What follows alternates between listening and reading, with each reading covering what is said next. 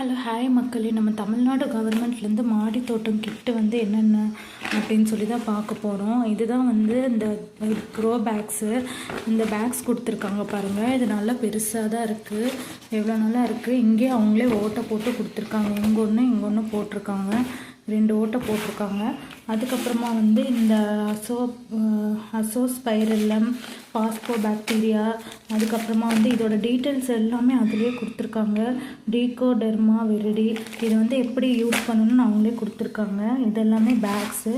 அதுக்கப்புறமா இந்த கொக்கோபிட் வந்து கொடுத்துருக்காங்க, 3 கொடுத்துருக்காங்க. அப்புறம் நீம் ஆயில் கொடுத்துருக்காங்க. இது வந்து லாஸ்ட்டாக யூஸ் பண்ணணும்னு நினைக்கிறேன். அதுக்கப்புறமா வந்து இது விதைங்க, என்னென்ன விதைங்கன்னு சொல்லிட்டு கொடுத்துருக்காங்க. நான் தக்காளி தான் எதிர்பார்த்தேன், நான் தக்காளி தரவே இல்லை எங்களுக்கு. கத்திரி, அதுக்கப்புறமா வந்து கீரை விதைகள், அதுக்கப்புறமா வந்து இது வந்து கொத்தமல்லி,